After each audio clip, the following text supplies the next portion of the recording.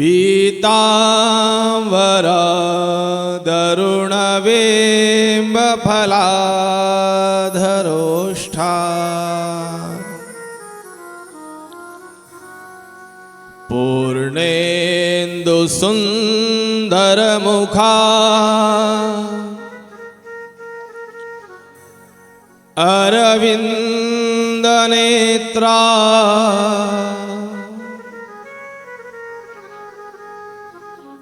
कृष्णात् परं किमपि तत्त्वमहं न जाने।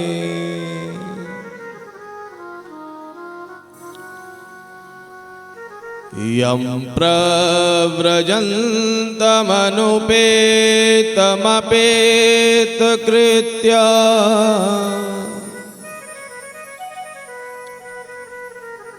द्वैपायनो विरहकातरया जुहावा।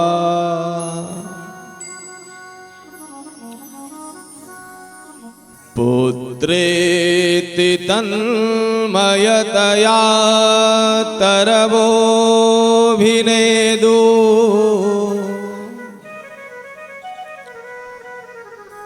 तं सर्वभूतहृदयं मुनिमानतोऽस्मि।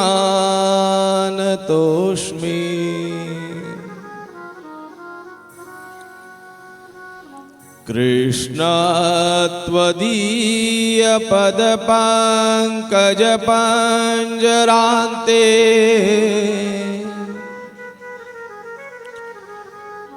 अद्वैव मे विशतु मानसराजहंसः।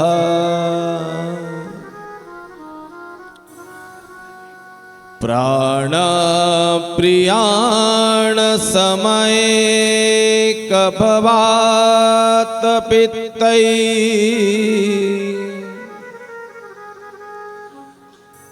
कंठादरो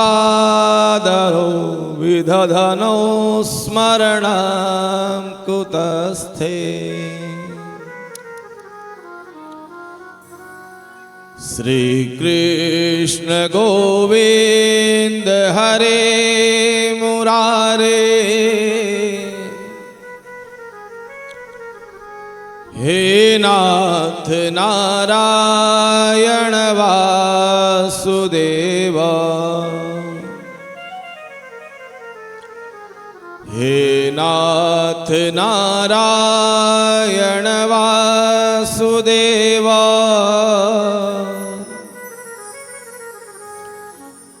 हे नाथ नारायण वासुदेव। जय जय श्री राधा रमण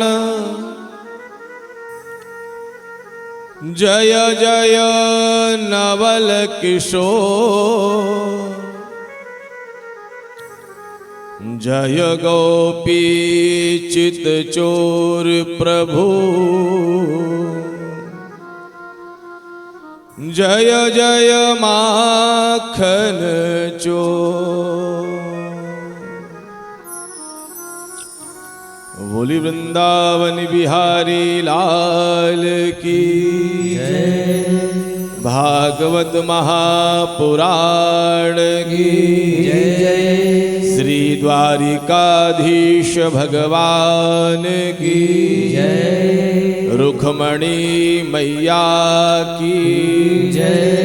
समुद्र नारायण भगवान की जय। श्री गोमती मैया की जय। सोमनाथ नागेश्वर भगवान की जय। सद्गुरुदेव भगवान की जय। श्री सांवरिया सेठ की जय। शिव नमः पार्वती पते हर हर महादेव हर। श्री राधे।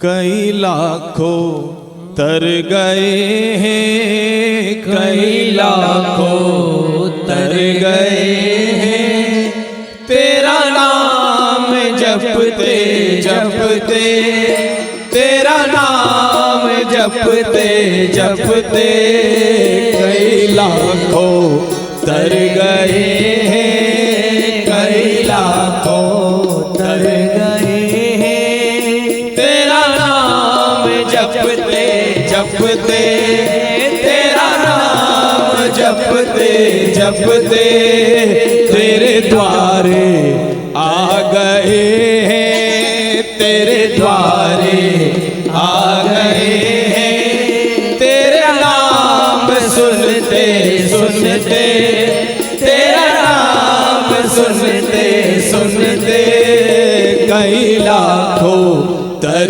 गए हैं, कई लाखों तर गए हैं।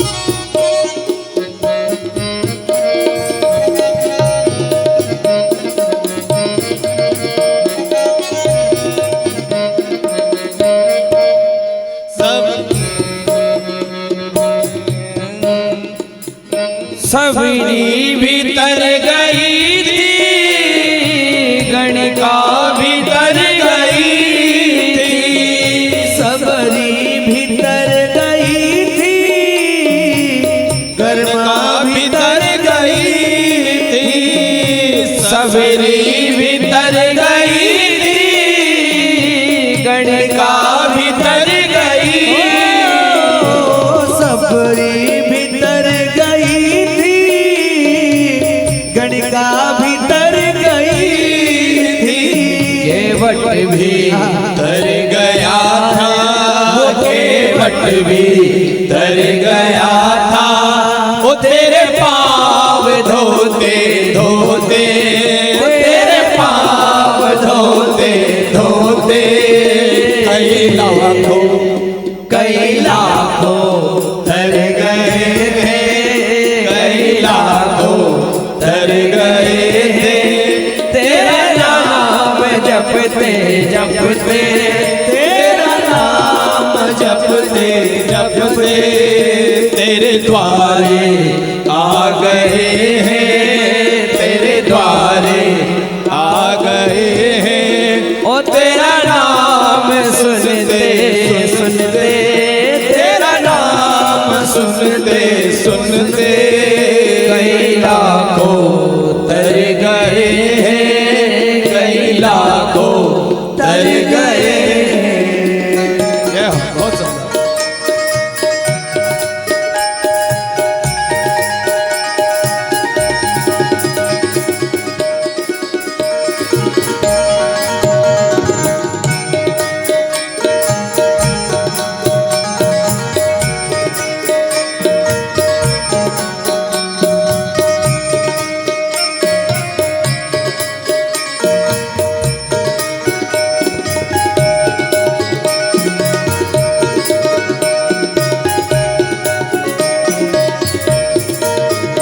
सभी ताली सेवा करें, जय हो।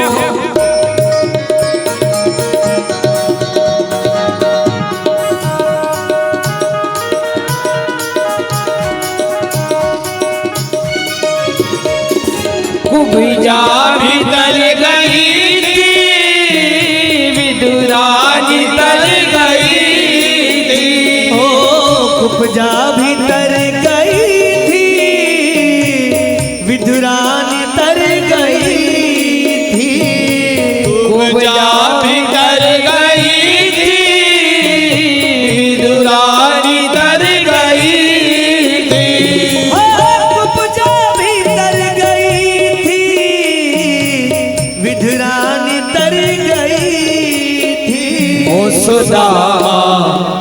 सुदामा भीतर गया था, ओ सुदामा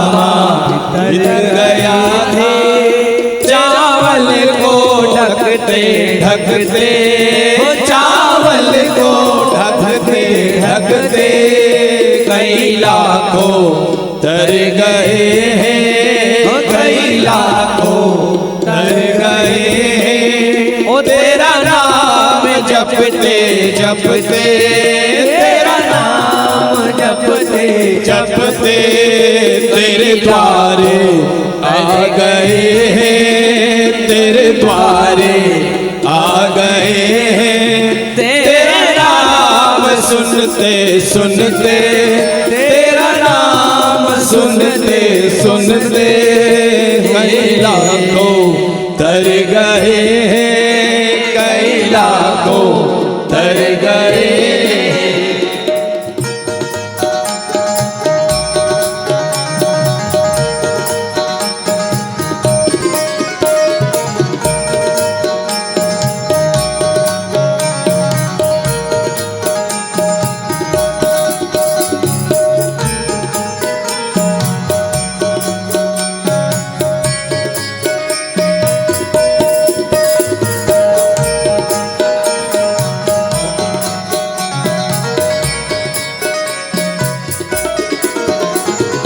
अहिल्या भी तर गई थी, तारा भी तर गई थी।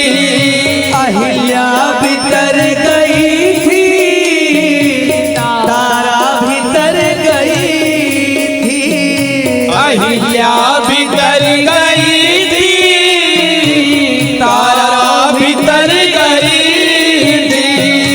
अहिल्या भी तर गई थी, तारा भी तर गई थी। वो सुग्रीव भी तर गया था, सुग्रीव तर गया था। तेरा नाम जपते जपते, प्रभु से प्रेम करते करते कई लाखों तर गए हैं, कई लाखों तर गए हैं। तेरा नाम जपते जपते, तेरा नाम जपते जपते तेरे द्वारे आ गए हैं, तेरे द्वारे आ गए हैं। तेरा नाम सुनते सुनते, तेरा नाम सुनते सुनते कई लाखों तर गए हैं, कई लाखों तर गए हैं। सारे जहां के मालिक, सारे जहां के मालिक तेरा ही आसरा है। सारे जहां के मालिक तेरा ही आसरा है। सारे जहां के मालिक तेरा ही आसरा है। सारे जहां के मालिक तेरा ही आसरा है। सारे जहां के मालिक तेरा ही आसरा है। सारे जहां के मालिक तेरा ही आसरा है। राजी है हम उसी में, राजी है हम उसी में, राजी है हम उसी में, राजी है हम उसी में। आज जिसमें तेरी रजा है सारे जहां के मालिक तेरा ही आसरा है। सारे जहां के मालिक तेरा ही आसरा है। वो सारे जहां के मालिक तेरा ही आसरा है। बस तेरा ही आसरा है। वो हम तेरा ही आसरा है। कई लाखों तर गए हैं, कई लाखों तर गए हैं। तेरा नाम जपते जपते जपते तेरे द्वारे आ गए हैं, तेरे द्वारे आ गए हैं। तेरा नाम सुनते सुनते, तेरा नाम सुनते सुनते।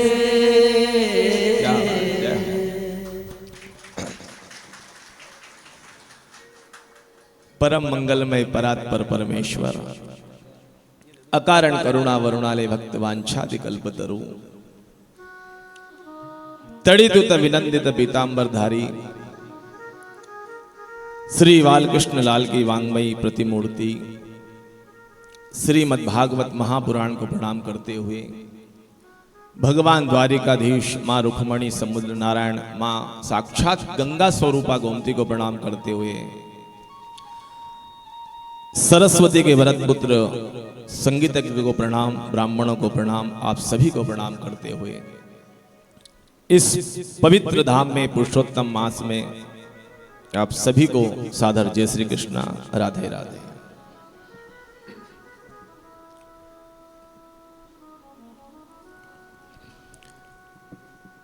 जो सीधा सीधा चलता है ना वो समय से पहुंच जाता है। कल एक बात कही थी हमने भक्ति और, है ना, क्या दृष्टांत दिया था?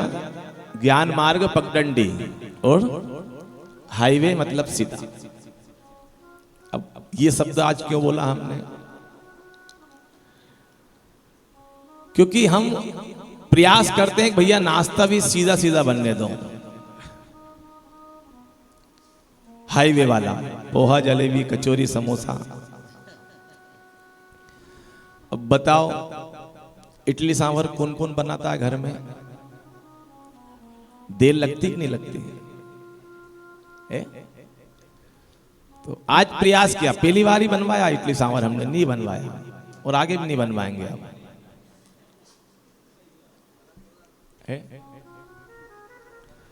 अब समय तो लगेगा, वो फिर जरा जरा सी वो दो आई मेरे पास मालूम नहीं पड़ी कहां गई। धैर्य रखना बहुत जरूरी है जीवन में।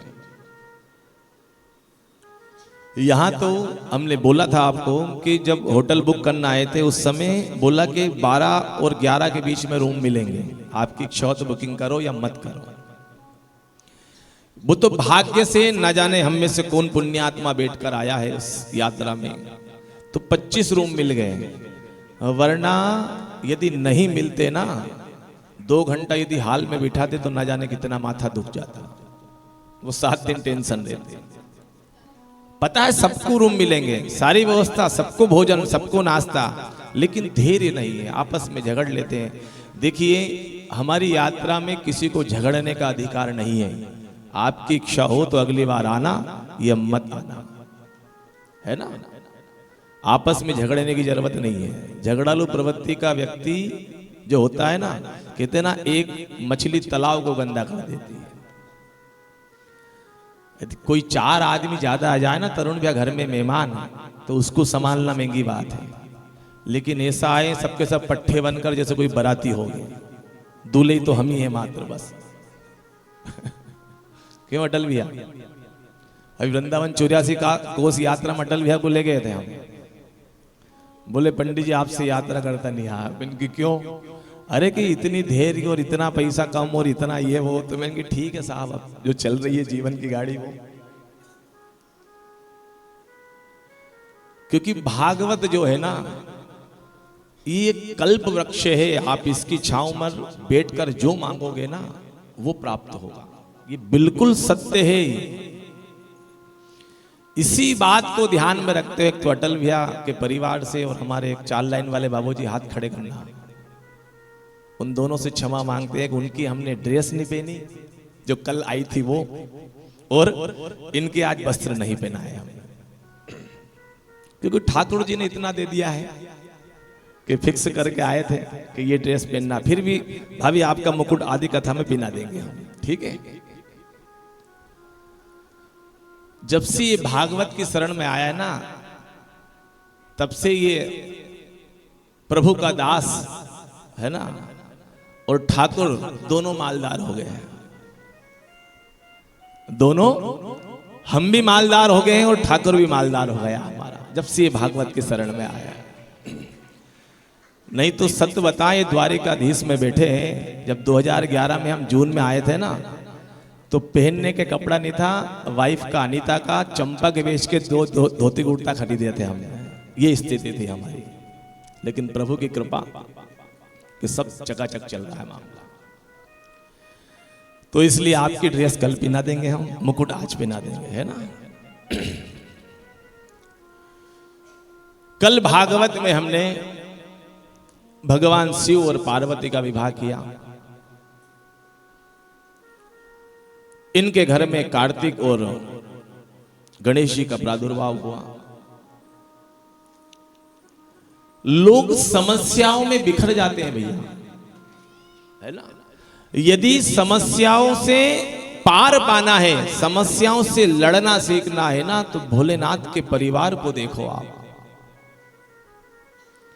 भोलेनाथ की सवारी क्या है? नंदी। और वाइफ की सवारी पत्नी की शेर। अब मिले आपस में तो छोड़े, लेकिन दो ही बगल बगल में घूम रहे हैं। कितना सामंजस्य। छोटे बेटे की सवारी चूहा, पिता के गले में सर्प, लेकिन फिर साथ में खेल रहे हैं। बड़े बेटे की सवारी मोर, गले में पिता के सर्प। अब बताओ, मोर जहां होता है वो सर्प होता है, फिर भी आनंद ले रहे हैं। तो विपरीत परिस्थिति में जीव को कैसे जीना चाहिए, यदि ये समझना है ना, तो भगवान शंकर के परिवार से सीखो। कल बस में कोई कह रहा था कि पंडित जी आप हमारे वही 4 लाइन वाले बाबूजी, भोपाल वाले, उज्जैन वाले, है ना, कि पंडित जी आप हमेशा मुस्कुराते हो, चाहे लोग कुछ भी प्रश्न करें, कुछ भी उत्तर दें, है ना। तो मिनकी साहब हमारे पास में कुछ नहीं, एक मुस्कान के अलावा बस, है ना। क्या क्रोध करना, क्या लोगों के ऊपर क्रोध करके और अपना। और फिर क्या है कि ये मानव का स्वभाव है साहब। ये आपके लिए नहीं कह रहे हैं कि जिसने दिया है वो तो सुविधा लेगा।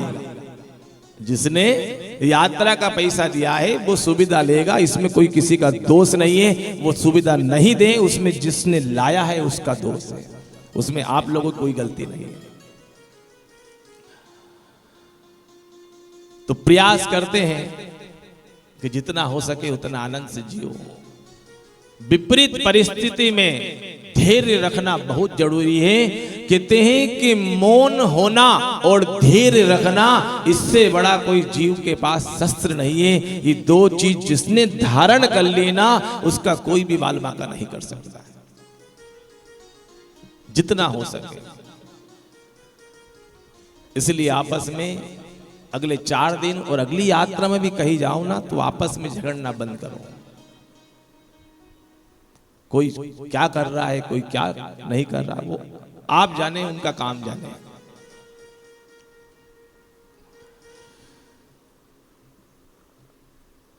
तो कल भगवान शिव पार्वती का विवाह हुआ। मनु महाराज की 3 बेटी की कथा हमने सुनी, देवहूति, आकुति और प्रसूति की। बेटे कितने? 2, प्रियव्रत और उत्तानपाद। उत्तानपाद राजा के 2 विवाह हुए। प्रथम विवाह हुआ तो कोई संतान नहीं थी। उत्तानपाद राजा की बड़ी रानी का नाम था सुनीति, है ना, जो सुंदर नीति पे चले। अब पहले के जमाने में कोई संतान नहीं होती तो विवाह के ऊपर विवाह के ऊपर विवाह चलता था। तो राजा ने दूसरा विवाह कर लिया, नई रानी आई, उसका नाम था सुरुचि। अब छोटी रानी आई पहली बार, तो उसके कहने से बड़ी रानी का त्याग कर दिया। लेकिन राजा को पता नहीं कि त्याग किया उस समय उसकी पत्नी गर्भवती थी। अब बड़े घर की बात है तो कुछ मकान बनवा दिया होगा भाग। अब धीरे धीरे वो बालक गर्भ में बड़ा होने लगा, वो गर्भ बड़ा होने लगा। तो मां सुनीति समय आने पर उस बालक का जन्म हुआ और उसी बालक का नाम ध्रुव जी पड़ा है। नन्हे से बालक को लेकर मां गोद में बैठकर कथा सुनने जाती है, कहीं मंदिर जाती है, कहीं तीर्थों के दर्शन करने जाती है। संतों को प्रणाम करती है तो उसका बेटा ध्रुव भी प्रणाम करता है। देखिए ये बच्चे जो प्रणाम करते हैं ना, ये कहने की जरूरत नहीं पड़ती है, ये पिछले जन्म का कर्म होता है। आपने भी, हमने सबने देखा है कि कोई 1 साल का बच्चा होगा वो भी ढोक देगा, और कोई 18 साल का बूढ़ा हो जाए ना वो भी ढोक नहीं देगा। एक जगह गए हम, 18-20 साल का बेटा आया अंदर से, गुरुजी आए ढोक दो, निधि उसने बैठा रहा। फिर माँ ने बोला गुरुजी आए ढोक दो, तो कि आपने बुलाया आप ही दे लो। तो वो क्रोध करने लगा, भैया उसके माँ बाप दोनों। तो वो बेटा गया, जब हमने बोला क्रोध करने की जरूरत नहीं, ये संस्कार आपने डाले नहीं है उसको। तो 2 कारण होता है, एक तो माँ बाप बचपने में सिखा दें, एक वो आदत डल जाती है, या फिर पिछले जन्म का कर्म देखता आया है इसलिए वो ढोक दे रहा। 2 कारण हो सकता है। और हमने एक चीज का अनुभव किया है कि भैया घर में यदि संस्कार डलते हैं तो ऐसे ऐसे हमने 2 बहनें देखी है जो एक खूब धर्म करवाए, खूब अच्छे आयोजन करवाए, और एक ऐसी उसी घर में बहन होती है जो यात्रा का पैसा देने में जोर आ जाए। तो इस बात को देखकर लगता है कि भैया संस्कार घर में नहीं होता है ना। क्योंकि हम तो अनुभव की कथा कहते हैं, हम कोई पढ़े लिखे नहीं है ना कोई पढ़ने गए हैं। तो इसलिए अपने संतानों को जितना हो सके उतना संस्कारवान बनाएं, चाहे डिग्री कम हो वो चलेगा। जितनी मोटी डिग्री दोगे उतने संतानों से दूर होगे, और जितनी कम छोटी डिग्री दोगे लेकिन संस्कार बड़ा दोगे तो आपकी संतान आपके साथ रहेगी, वरना डिग्री से संतान पास नहीं होगी।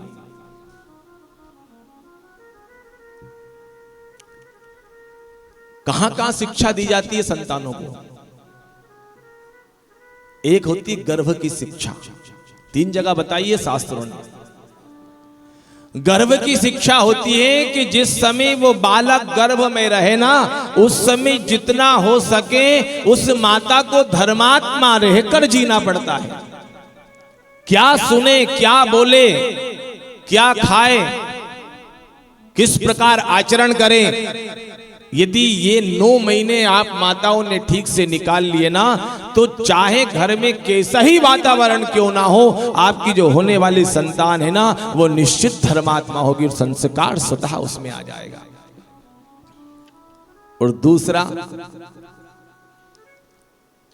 प्रणाम करने की शिक्षा, और तीसरा पालने की शिक्षा। जो पालने में झुलाते हैं ना झोली में, आज भी गांव में रेडीमेड पालना नहीं आता है।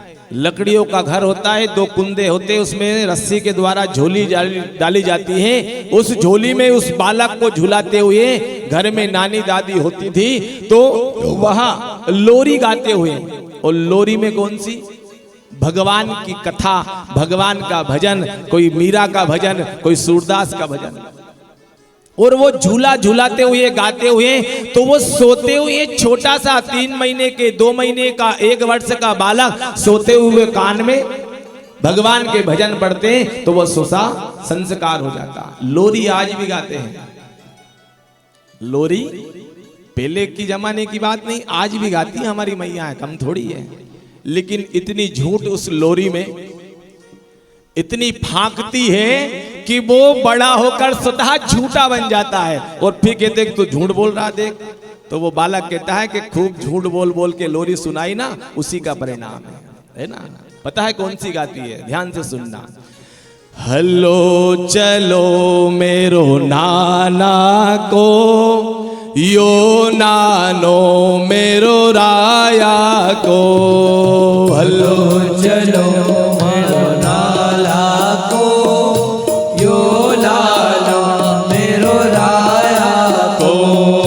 हलो चलो मेरो नाना को, यो नानो मारो राया को। हलो चलो मारा लाला को, यो लालो मेरो राया को। हलो चलो मेरो लाला को यो लालो मेरो राया को, राया कहते हैं राजा को। अब बताओ छोरो हमारो के राजा को, हमारा ही है ना, फिर राजा का क्यों कह रही है? एक तो यहां झूठ, अगली कड़ी में और खतरनाक झूठ। यो लालो मारो राया को, दूध पीवे 10 गाया को। यो लाला मारो राया को, दूध पीवे 10 गाया को। 250 ग्राम दूध आता है घर में, सुबह अलग चाय और दोपहर में। लेकिन क्या कहे बेटा सो जा, 10 गाय का दूध पीने वालों है। और फिर वो कहीं स्कूल कॉलेज से आए और फोन लगाए, बेटा कहाँ? अभी तो एक्स्ट्रा क्लास चल रही है। तो ये 3 जगह का संस्कार जो पड़ता है ना बच्चों में, वही संस्कार बूढ़ापा तक रहता है। एक बात का ध्यान रखना। तो यहां ध्रुव जी प्रणाम करते हैं तो संत महात्मा को बड़ा आनंद आता है और कहते हैं कि बेटा सुनीति, तेरा बेटा कितना संस्कारवान है, मन करता है कि तुझे सब कुछ दुनिया की संपत्ति हम आशीर्वाद में देते हैं, मांग क्या चाहिए तुझे? तो कहा कि बाबा सब आपकी कृपा से सब कुछ है, और ध्यान रखना पैसे से गरीब व्यक्ति नहीं होता है। संतों ने कहा है कि जिसके पास में अरबों की संपत्ति है और वो संतुष्ट नहीं है ना, तो संसार में उससे बड़ा गरीब कोई नहीं है। और जिसके घर में कुछ नहीं है और जो दिया है परमात्मा ने खूब दिया है, प्रभु खूब कृपा की है, तो उससे बड़ा कोई अमीर संसार में दूसरा नहीं है। तो कहा कि बाबा आपके आशीर्वाद से सब कुछ है, कुछ नहीं चाहिए, बेटा मांग क्या चाहिए? तो कहा कि बाबा बार बार जिद करते हो तो एक काम कीजिए, वो जो महल में छोटी रानी रहेगी ना सुरुचि, 3 साल हो गए शादी को, कोई बच्चा नहीं है, उसके घर में भी बालक हो जाए। तो कहा कि बेटा जिस रानी के कारण, जिस स्त्री के कारण तेरे पति ने तेरा त्याग किया है और उसके लिए तो सुख मांग रही है, तो कि बाबा आपसे ही कथा में सुना है, काहू कोई किसी को दुख देता है ना कोई किसी को सुख देता है। निजकृत कर्म, हमारे कर्म ही हमें सुख, हमारे कर्म ही हमें दुख देते हैं। तो हमारे कर्मों का ठीकरा हम दूसरे के ऊपर क्यों फोड़े? इसलिए आपसे निवेदन है बाबा, यदि देना है तो उस रानी को भी बालक दे दीजिए। आशीर्वाद दिया। सुखदेव जी कहते हैं कि राजन, उस छोटी रानी के गर्भ से भी बालक हुआ, उस बालक का नाम रखा उत्तम। सुनीति कहते हैं कि हम जिस रास्ते पे जाएं वो धर्म का रास्ता हो। सुनीति का अर्थ है सुंदर नीति वाला। कथा में जाएं, तीर्थों में जाएं, मंदिर जाएं, दान पुण्य करें, भगवान का नाम जप करें, पूजन करें, यज्ञ हवन करवाएं, इसको कहते हैं सुनीति। हमारी नीति जो है मति, ये अच्छे मार्ग पे जाए। उसका फल क्या मिलेगा? उसका जो फल मिलेगा वो अटल होगा। और इसलिए आज भी ध्रुव अटल है। और सुरुचि किसको कहते हैं? अरे भैया पढ़ तो लिया है, द्वारिका में कथा है, कहां जाए वहां इतनी गर्मी में? एक काम करते, कुल्लू मनाली चले, शिमला चले, बड़ी ठंड में अच्छा आनंद लेंगे, है ना? वहां पहुंच गए तो फल उसका भी मिलेगा, फल उसका भी मिलेगा। लेकिन क्या होगा? उसका फल जो है ना, सुरुचि का बेटा, उसका नाम है उत्तम। वो आखिरी में आगे जाकर कथा में आप उसको देखोगे कि यक्षों ने उसको मार दिया, वो समाप्त हो जाएगा। धीरे धीरे बालक ध्रुव बड़ा होने लगा। बच्चों के साथ में खेलते हुए पता चला कि ये जो राजा है ना इस नगर का उत्तम, ये तेरे पिता है। इतनी प्रसन्नता हुई, दौड़ लगाई। ध्रुव जी ने गोद में बैठने का प्रयास किया, लेकिन सौतेली माँ ने गोद से नीचे गिरा दिया, उसको धकेल दिया। और रोते हुए इस बालक ने कहा कि ये मेरे पिता है, इसलिए इनकी गोद का अधिकारी मैं हूं। तो अभिमान के कारण उसने कहा कि ये तेरे पिता जरूर हैं, लेकिन मैं तेरी मां नहीं हूं। भजन करना, और यदि तेरे भाग्य से भगवान कुछ मांगने को कहे ना, तो दुनिया की कोई चीज मत मांगना, यही वरदान मांगना कि अगली बार में सुरुचि के गर्भ से जन्म लूं, जब मेरा बेटा होगा ना तो तू तेरे पिता की गोद में बैठने का अधिकारी होगा। क्षत्रिय बालक क्रोध के मारे रोता हुआ अपनी मां को पूरी सूचना दी, सारी बात कही। लेकिन उस समय सतयुग की मां थी, वो सुनीति लड़ने नहीं गई कि मेरे बेटे से तूने ऐसा क्यों बोला। उस मां ने, सतयुग की मां सुनीति ने कहा कि बेटा वो मां को गाली मत दे, वो भी तेरी मां है और तू तेरे पिता की गोद में बैठने का प्रयास कर रहा है। अरे उसने तो भगवान का भजन की याद दिलाकर परम पिता की गोद की ओर इशारा किया है, इसलिए वो गुरु है तेरी। जा वन में और भगवान की तपस्या कर। नन्ना सा 5 वर्ष का बालक अकेले आ निकला है, लेकिन कहते हैं कि यदि गुरु नहीं है तो गोविंद मिलना आसान नहीं है। सच्ची भक्ति लेकर निकला है ध्रुव, सच्चे मन से परमात्मा को पाने निकला है। तो रास्ते में नारद जी प्रकट हो गए, बिनु हरि कृपा मिल ही नहीं सकता। नारद जी ने खूब परीक्षा ली, परीक्षा में पास हो गए तो गुरु मंत्र दिया, कहा कि बेटा यमुना मैया है ना, ये साक्षात भक्ति है, उनकी तलहटी पर बैठकर, किनारे पर बैठकर तू भजन कर, तुझे परमात्मा जरूर मिलेंगे। यमुना किनारे गए और यमुना किनारे जाकर स्नान किया और वही गुरु का मंत्र जो था वो जपने लगा। ओम नमो भगवते वासुदेवाय, ओम नमो भगवते वासुदेवाय, ओम नमो भगवते वासुदेवाय, ओम नमो भगवते वासुदेवाय, ओम नमो भगवते वासुदेवाय। वासुदेवाय श्री नंद नंदनाय, वासुदेवाय श्री नंद नंदनाय, वासुदेवाय श्री नंद नंदनाय, वासुदेवाय श्री नंद नंदनाय। ओम नमो भगवते वासुदेवाय, ओम नमो भगवते वासुदेवाय।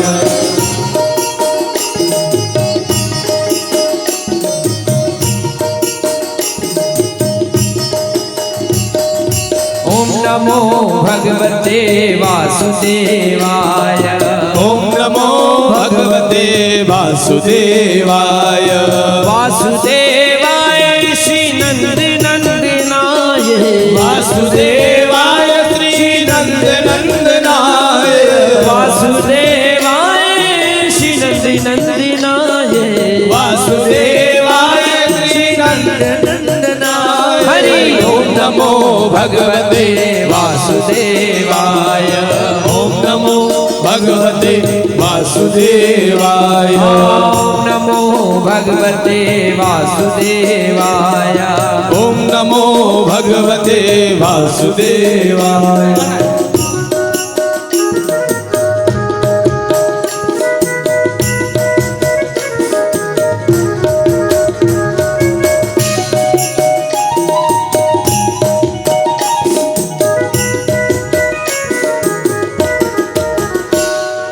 गोविंद बोलो हरे गोपाल बोलो, गोविंद बोलो हरि गोपाल बोलो, गोविंद बोलो हरे गोपाल बोलो, गोविंद बोलो हरि गोपाल बोलो, गोविंद बोलो गोपाल बोलो, गोविंद बोलो गोपाल बोलो, गोविंद बोलो बोलो गोपाल बोलो, गोविंद बोलो बोलो गोपाल बोलो, गोविंद बोलो हरे गोपाल बोलो, गोविंद बोलो हरि गोपाल बोलो। ओम नमो भगवते वासुदेवाय, ओम नमो भगवते वासुदेवाय, ओम नमो भगवते वासुदेवाय, ओम नमो भगवते वासुदेवाय। हरि ओम नमो भगवते वासुदेवाय, ओम नमो भगवते वासुदेवाय, हरि ओम नमो भगवते वासुदेवाय, ओम नमो भगवते वासुदेवाय, वासुदेवाय श्री नंद नंदनाय,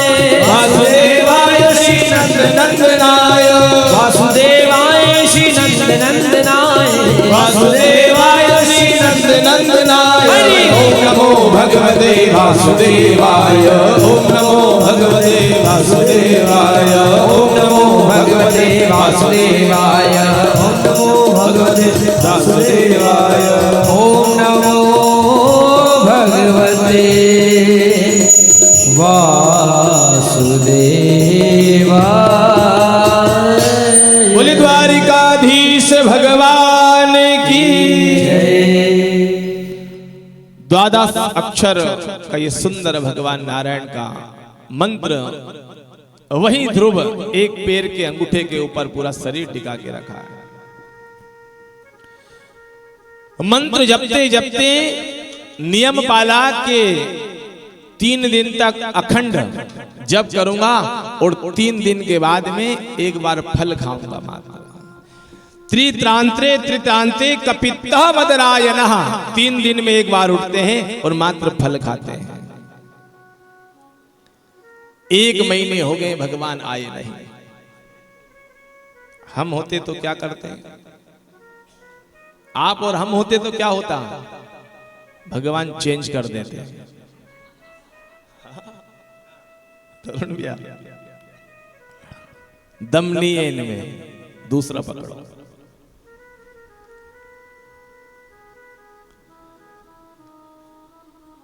एक भक्त रहता था किसी गांव में, पूछा कि जल्दी पसंद कौन हो जाते हैं? तो के बाल गोपाल जी की सेवा करो, आनंद से बिल्कुल सब कुछ कर देते हैं। कितने दिन सेवा करनी है? तो कि मात्र 1 महीना। अब 1 महीना खूब पंचामृत से स्नान, भगवान का जप, खूब भोग लगाए, खूब आरती पूजन करे। अब 1 महीने का कहा था किसी संत ने, लेकिन 2 महीना हो गया। जो थोड़ा सा दुख के लिए पूजन किया वो तो समाप्त नहीं हुआ और बढ़ी जा रहा है। उसको 2 महीने के बाद में लगा कि ये दम नहीं है भगवान में, दूसरा कोई पकड़ो। अब उनने लड्डू गोपाल को कपड़े में बांधकर मंदिर के ऊपर रख दिया। शंकर भगवान भोले इनकी सेवा करते हैं। अब शंकर भगवान की सेवा चालू की, 1 दिन 10 दिन 15 दिन हो गया। एक दिन भगत भोग लगाते लगाते धूप बत्ती का जो धुआं है ना वो ऊपर जा रहा है। धुआं ऊपर होते होते मंदिर के ऊपर ठाकुर जी बैठे हैं ना, उनकी नाक तक जा रहा है। पूजन तो छोड़ी, भोलेनाथ की विचार किया कि ये 2 महीना सेवा करवा ली, बेचारा भोले बाबा की पूजन कर रहा है, उनके लिए सुगंधित धूप बत्ती लगाइए। इतने देवता छल करते हैं कि खुद ने सबने अमृत पी लिया और वहां भोलेनाथ को विष पिला दिया, और आज उनकी सुगंध वो बैठा ऊपर ले रहा है फोकट में 2 महीना सेवा करवा के। क्या किया जाए? दूर तो रख नहीं सकता हूं, इतनी जगह नहीं है। एक कपड़े की चिंदी फाड़ी उसने और खड़ा होकर भगवान की नाक बांधने लगा। 1 गठान लगाई, 2 लगाई, तीसरी लगाने वाला था। भगवान प्रकट होकर हाथ पकड़ लिए, कहा कि भैया पूजन नहीं करना तो मत कर, भोग नहीं लगाना है तो मत लगा, कम से कम नाक तो मत कस, कम से कम श्वास तो लेने दे तेरे घर में। तो घबरा कर कहा कि 2 महीने तक खूब सेवा करवाई, उस समय मेरा दुख दूर नहीं किया, आज जान के ऊपर आ गई तो प्रकट होकर हाथ पकड़ लिया। तो भगवान ने कहा कि भैया 2 महीने तूने पितल की मूर्ति मानकर सेवा की है, आज तेरे मन में ये भाव आया कि ऊपर साक्षात गोविंद बैठा है। यदि ये भाव तेरे अंदर पहले दिन आ जाता तो तेरा पहला ही दिन ही मैं उद्धार कर देता। मेरे सर पर रख दो गिरधारी अपने ये दोनों हाथ, अरे देना हो तो नाचते हुए देना हो तो दीजिए जन्म जन्म का साथ, देना हो तो दीजिए जन्म जन्म का साथ, देना हो तो दीजिए जन्म जन्म का साथ। हमारे टीटी साहब कहाँ हैं? टीटी साहब कहाँ हैं हमारे? आइए, बहुत अच्छा नाचते हैं भैया। ये कानपुर वाले हमारे तिवारी जी, तिवारी जी आइए, प्रेम से नाचते हुए। आज महिला कोई खड़ी नहीं होगी, सब पुरुष वर्ग खड़े होंगे। अरे देना हो तो जय हो, देना हो तो दीजिए जन्म जन्म का साथ। देना हो तो दीजिए जन्म जन्म का साथ। मेरे सिर पर रख दो काना, मेरे सिर पर रख दो काना, मेरे सिर पर रख दो काना, मेरे सिर पर रख दो काना। अपने ये दोनों हाथ देना हो तो, देना हो तो दीजिए जन्म जन्म का साथ। देना हो तो दीजिए जन्म जन्म का साथ। बड़ा एहसान होगा, बड़ा उपकार होगा, बड़ा एहसान होगा, बड़ा उपकार होगा। ये हो। आइए जिनको आना है पुरुष वर्ग आइए। जय हो।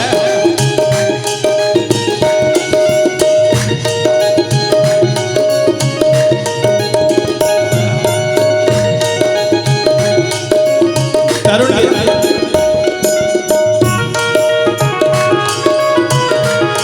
महेश्वरी जी,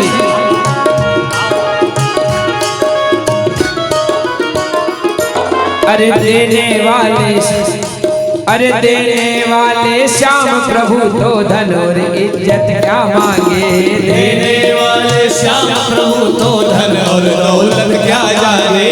देने वाले श्याम प्रभु तो धन और दौलत क्या मांगे। देने वाले श्याम प्रभु तो धन और दौलत क्या मांगे।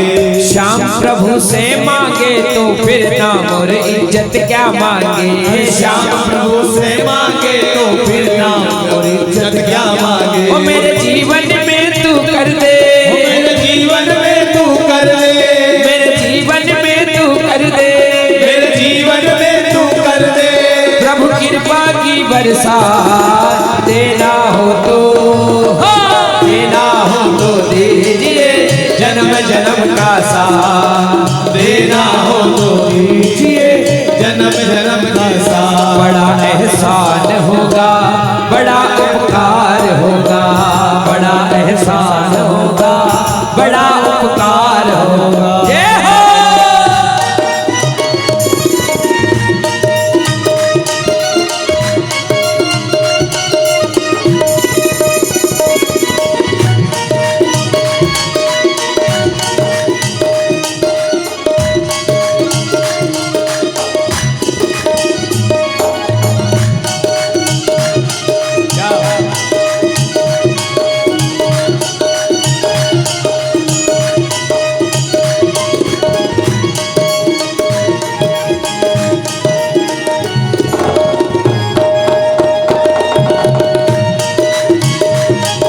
श्री राधे।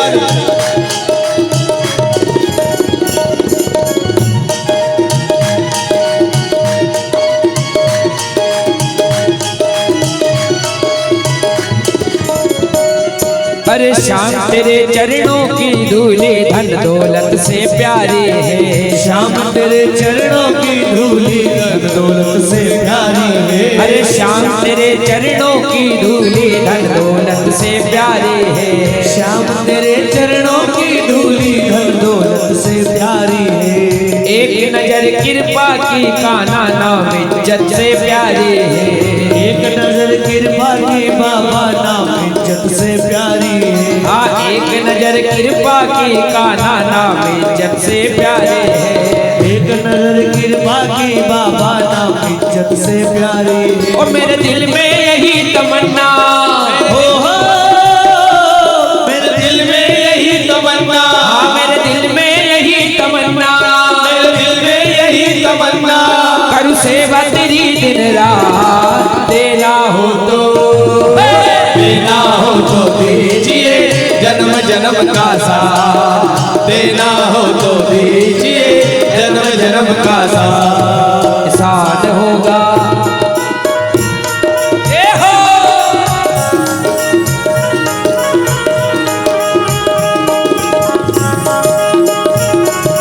हे।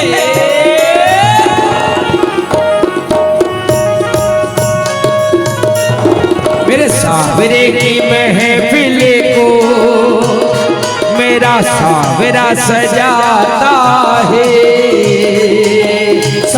सावरे की महफिल को मेरा सावरा सजाता है।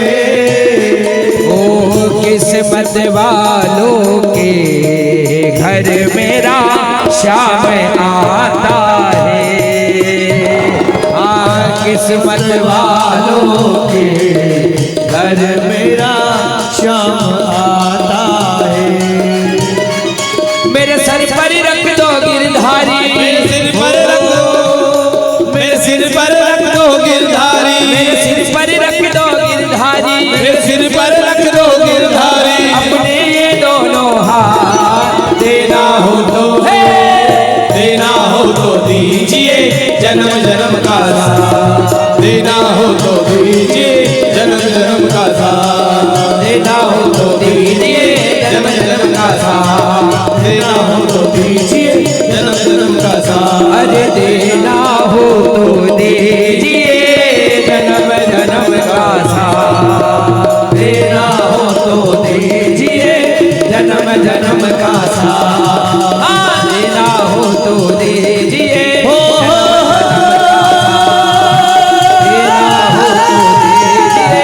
जन्म जन्म का साथ, देना हो तो दीजिए जन्म जन्म का साथ।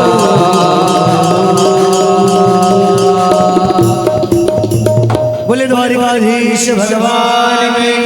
बोले कृष्ण कन्हैया लाल की। जय हो। एक महीने तक भगवान का तप किया ध्रुव जी, भगवान नहीं आए।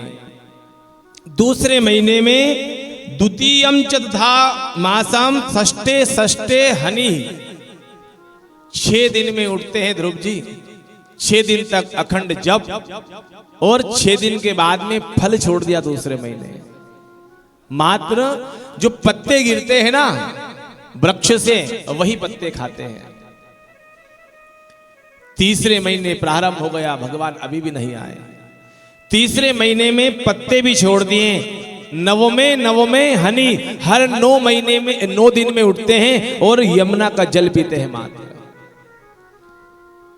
चौथे महीने में 12 दिन में एक बार उठते हैं, जल छोड़ा, अब मात्र हवा पीते हैं बस, जो श्वास लेते हैं। श्वास लेते लेते 5वें महीने आते आते नेवम विदामो भगवान प्राण रोधा। सुखदेव जी कहते हैं कि 5वें महीने ऐसे प्राणायाम चढ़ाया कि तीनों लोग 14 भुवन सबके प्राण अवरुद्ध हो गए, कोई ले नहीं पा रहा है। सारे देवता घबरा कर भगवान के पास में गए।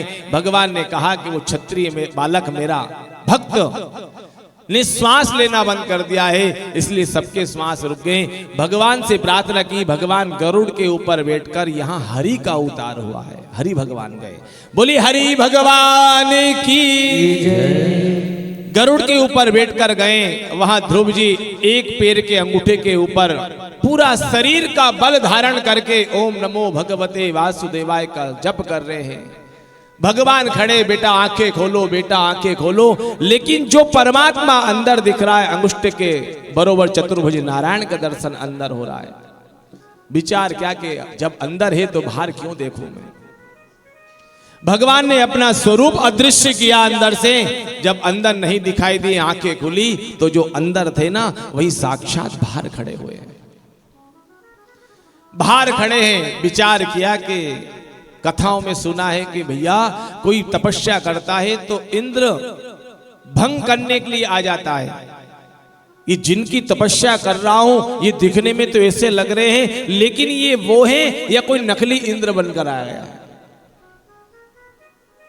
भगवान ने कहा कि बेटा ध्रुव बोल क्या चाहिए, तो कि आप कौन। ध्रुव जी ने कहा, तो कहा भैया तूने जिसको बुलाया है वही नारायण हूं। तो कहा कैसे मैं गारंटी से मानूं बात, विश्वास कैसे करूं। तो कहा भैया विश्वास के लिए क्या परीक्षा देना है। तो कहा कि नहीं प्रभु परीक्षा नहीं, मेरे गुरुजी कह देंगे ना तो मैं मानूंगा कि आप मेरे परमात्मा हो। कौन है तेरे गुरु। नाम लिया नारद। और जैसे ही नारद जी बोला, प्रकट हो गए नारायण नारायण करते हुए, और ध्रुव जी का हाथ भगवान के हाथ में दिया। गुरु गोविंद दोनों खड़े, कहाँ के लागू पाऊं बलिहारी वह आपकी जो आज गोविंद दियो मिला है। चरणों में प्रणाम किया है ध्रुव महाराज ने, खड़े हुए। 1 घंटा हो गया, ना ध्रुव जी बोले ना भगवान बोले। ध्रुव जी विचार कर रहे हैं, भगवान बोलेंगे तो मैं कुछ बोलूं। भगवान इसलिए मौन है कि ध्रुव जी ने बुलाया है, तो ये कुछ बोले तो मैं कुछ बोलूं। लेकिन दोनों नहीं बोले। ध्रुव जी इसलिए नहीं बोल रहे हैं कि मैंने सुना है कि भगवान आते हैं तो स्तुति आदि गाते हैं, मंत्रों के द्वारा भगवान की पूजन पाठ करते हैं, लेकिन मैं कहीं पाठशाला गया नहीं तो मुझे कोई स्तुति आती नहीं, मैं क्या कहूं।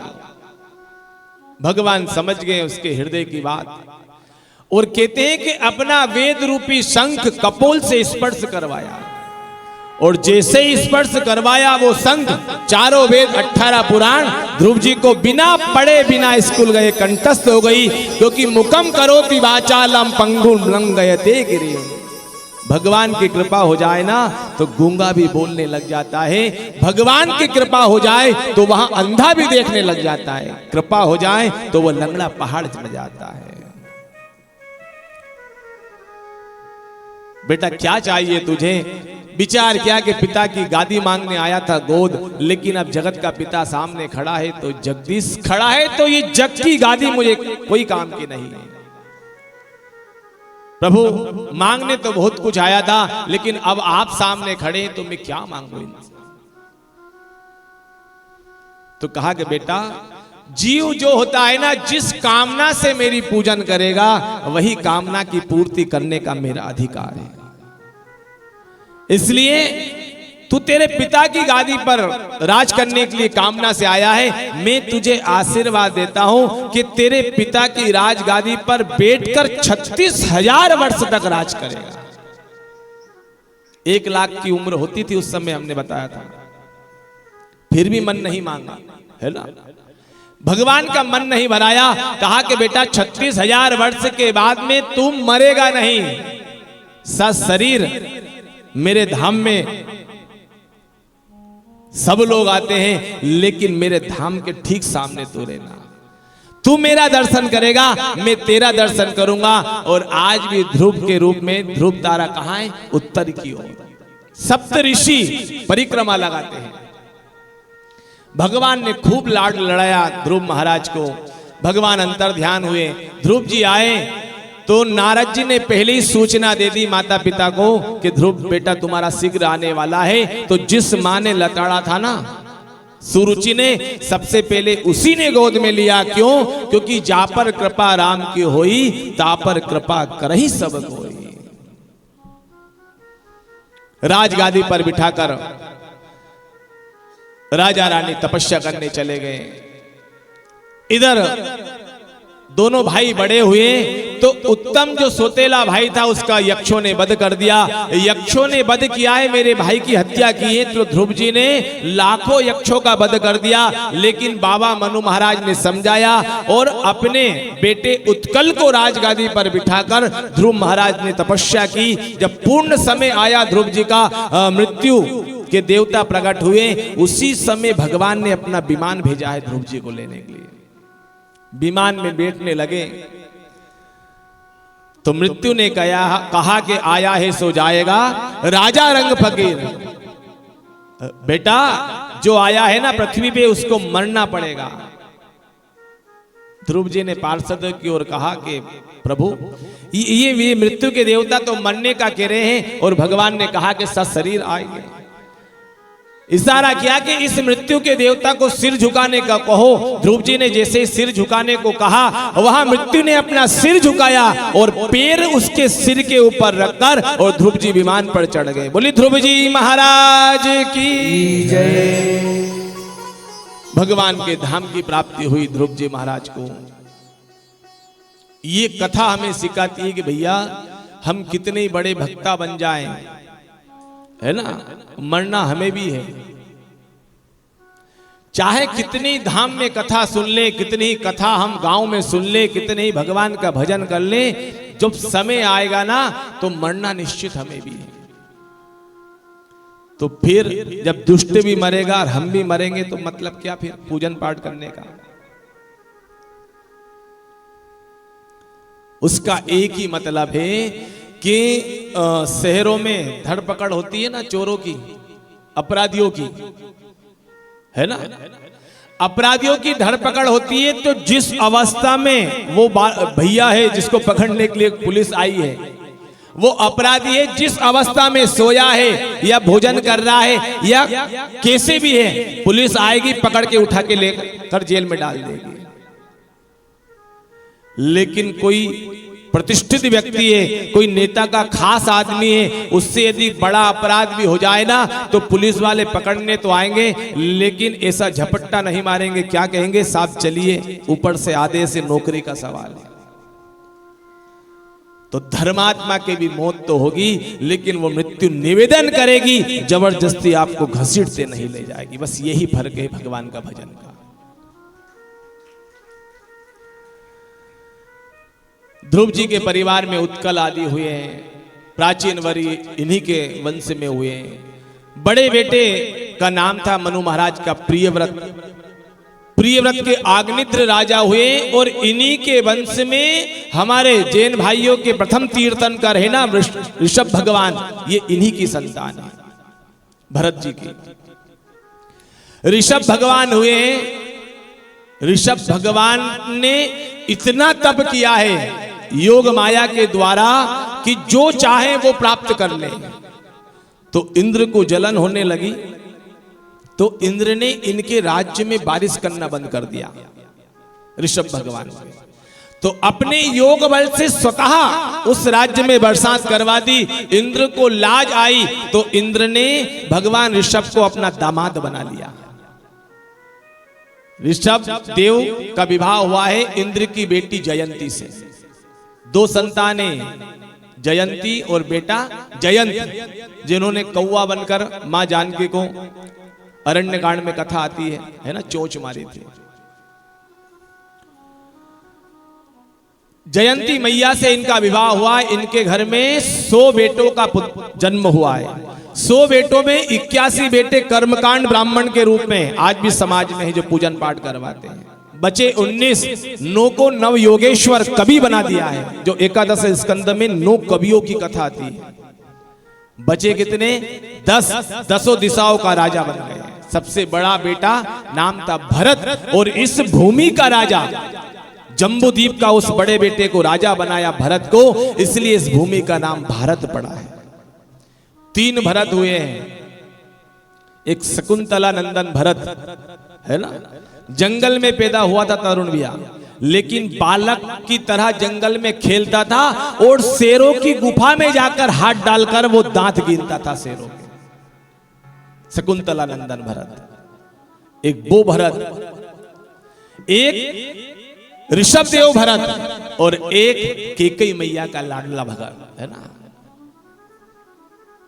और ऐसी कैकेयी मैया का दुर्भाग्य, इकलौता बेटा, लेकिन उस भरत ने कभी जीवन में मां नहीं कहा। लोग कहते हैं कि कौशल्या ने अपने पुत्र का त्याग किया है वन में। वनवास के समय जितना दुख कौशल्या को हुआ उतना किसी को नहीं हुआ। ये बिल्कुल सोच गलत है। वनवास के समय जितना कष्ट कैकेयी मैया को हुआ ना, उतना कष्ट संसार में किसी को नहीं हुआ है। अरे इकलौता बेटा भरत, पता था कैकेयी मैया को कि मैं राम के लिए यदि वनवास मांगूंगी ना तो मेरा बेटा कभी जीवन में मुझे मां नहीं कहेगा। तो बताओ, जिस मां का इकलौता बेटा है उसने भी मां को त्याग दिया, कभी उसका चेहरा नहीं देखा, तो उससे बड़ी दुखियारी संसार में कौन है? तो तीनों भरतों के कारण इस जम्बूद्वीप का नाम भारत पड़ा है। ऋषभ भगवान के पुत्र भरत इस भूमि के राजा, सुंदर राजपाट किया। समय आने पर अपने संतानों को राजपाट देकर और नेपाल में गंडकी नदी के किनारे जाकर अपनी पर्णकुटी बनाकर तपस्या करना प्रारंभ किया। लेकिन तपस्या करते करते जल में खड़े होकर मन में एक भाव आया कि देखो मैंने भगवान की भक्ति के कारण पूरा राजपाट त्याग दिया, पत्नी बच्चे सबका त्याग कर दिया। अभिमान जो होता है ना, ये भक्ति में भी अभिमान जीव को नहीं आना चाहिए, वरना उसका भी पता नहीं। तो यहां अभिमान आया भक्ति का भरत को, तो भगवान ने ऐसी लीला रची कि बीच नदी में सूर्य भगवान को अर्घ दे रहे थे, उस किनारे एक गर्भवती हिरण पानी पी रही थी। शेर ने दहाड़ मारी और डर के कारण इस पार छलांग लगाई उस हिरण ने। रास्ते में जल में उसका बच्चा सावक ने जन्म ले लिया, उस पार जाकर हिरण की मृत्यु हो गई। जो घर में कुत्ते पालते हैं ना, ये उसी के लिए कथा है, ध्यान से सुनना जो है। अब बालक पानी में पड़ा है, नन्हा सा सावक, उस किनारे मैया मर गई। भरत जी ने देखा कि मां मर गई है, छोटा सा बालक है, डूबकर मर जाएगा, ठंड का समय है। उसको उठाकर अपनी कुटिया में लाकर कपड़े अपने से ढका है और उसको लाड़ लड़ाने लगे। काम तो अच्छा किया था, जीव की हत्या होने से बची, लेकिन समय आने पर छोड़ देते तो काम अच्छा हो जाता। लेकिन 24 घंटे भजन करने के कारण भरत जी ने अपना घर बार त्याग दिया। लेकिन यहां वो सावक हिरण के बच्चे में ऐसे रमे कि भजन छूट गया और दिन रात उसी की सेवा में लग गए। स्नान अपने साथ कराते हैं, चारा तोड़कर उसको अपने हाथ से खिलाते हैं, अपने हाथ सुलाते हैं। वो कहां गया है, वो कैसा होगा, उसकी याद में दिन भर रहते हैं। और हमारे शास्त्र कहते हैं कि अंते मति सो गति, मरते समय जिसकी याद में हम मरते हैं ना, अगला जन्म का कारण वही बनता है। तो यहां ममता हो गई, किससे? हिरण के बच्चे से। और ऐसे ऐसे पाले पड़े हमको लोग कथाओं में कि साहब कुत्तों, घर में कुत्ता था मर गया, उसके लिए भी कथा करवा चुके हैं। कोई है जिनसी की बात है, बिल्कुल है ना। कथा की पूरी प्लान हो गई, कथा पूरी प्रारंभ हुई, तो ये जरूर मालूम घर वालों ने बता दिया कि हमारे पिताजी पागल हो गए हैं, कुत्ता मर गया, जो उसकी याद में वो भूतेश्वर शमशान घाट में जाकर रोते हैं। फिर एक छोटा सा कुत्ता ला कर दिया जब मन इनका भर आया। तो कथा प्रारंभ हुई। तो पहले दिन शोभा यात्रा से पहले घर पहुंचे हम, तो पीछे देखे तो जैसे ये ऐसा पर्दा लगा था, उस पर्दे के ऊपर एक जर्मन शेफर्ड कुत्ता था, उसका फोटो गंज बड़ा। मैंने पूछा भैया मैंने ये क्या है, तो कि गुरुजी इसी की स्मृति में करवा रहे हैं। मैंने कि माँ बाप ने पैदा नहीं किया, इन्हें करे, कौन ने करे बता भैया। अरे लोग किसकी स्मृति में करवाए? तो कहा, फिर बाद में समझाया कि इन्हीं के कारण सब आयोजन रखा है हमने। तो हमने भैया मैंने की मानेंगे तो नहीं है, निवेदन किया मैंने कि एक काम करो, मूल पाठ ऊपर चल रहा है कमरे में, वहां लगवा दो और यहाँ तुम्हारे पितरों के लगवा दो, ताकि लोग सुनने आए ना, वो तो कम से कम ये ना प्रश्न करे कि ये कुत्ते की फोटो क्यों लगी। इसे करवा चुके हैं, जिनसी की बात है 2017-18 की। तो यहां अंतिम समय भरत जी का आया। वो बालक हिरण का बच्चा कहीं चला गया था कुटिया से, उसकी याद में विलाप करते रहे कि वो बच्चा ना जाने मेरी मृत्यु निकट आ गई है, मैं मर जाऊंगा, माँ उसकी पहले ही मर गई है, उसकी रक्षा कौन करेगा, इतने हिंसक जीव जंतु यहाँ रहते हैं, कोई भी उसका ग्रास बनाकर भोजन कर लेगा। और उसकी चिंता में मरे हैं। तो अगला जन्म हिरण का बनना पड़ा भरत जी को। लेकिन ध्यान रखना, भगवान भजन का जो फल है ना, उसको कभी ना कभी हमको प्रदान कर देते हैं। मांगने पर जो दे वो इंसान है, और बिना मांगे जो दे दे ना वो भगवान है। बस यही फर्क है इंसान और भगवान में। जितना दिया सरकार ने मुझको, उतनी मेरी औकात नहीं। जितना दिया सरकार ने मुझको, उतनी मेरी औकात नहीं। ये तो कृपा है मेरे ठाकुर की, मुझ में कोई ऐसी बात नहीं।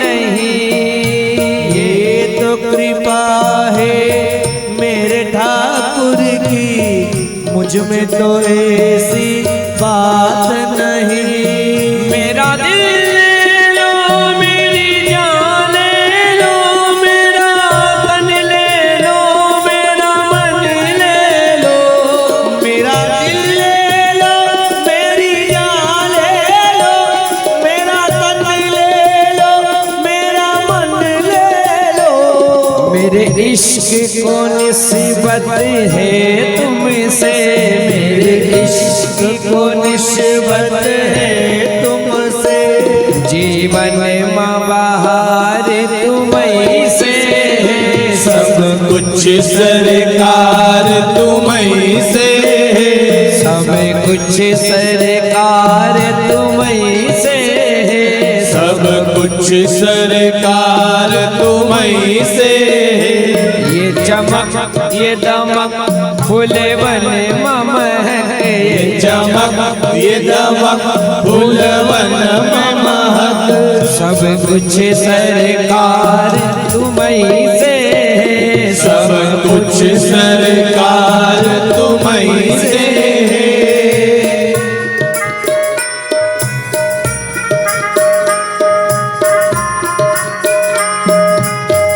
जय हो।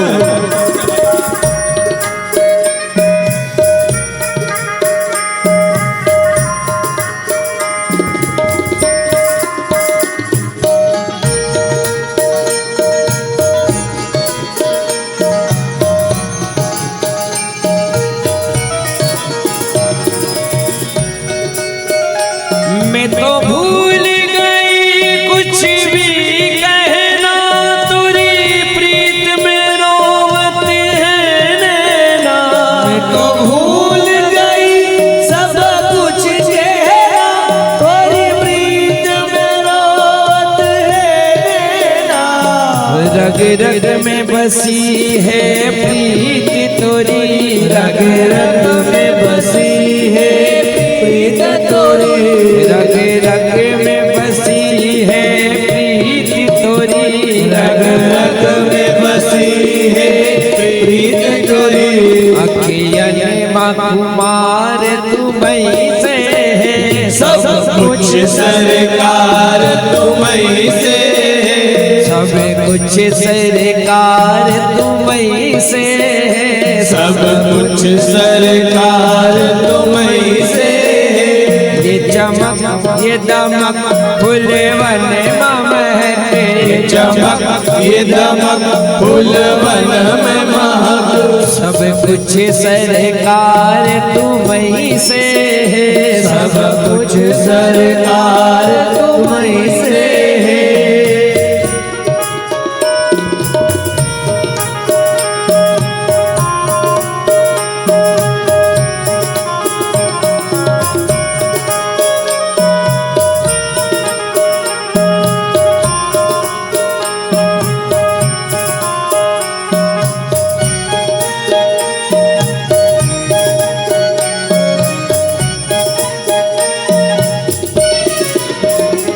मेरे सुख दुख की रखते हो खबर, मेरे सर पर साया तुम्हारा है। मेरे सुख दुख की रखते हो खबर, मेरे सिर पर साया तुम्हारा है।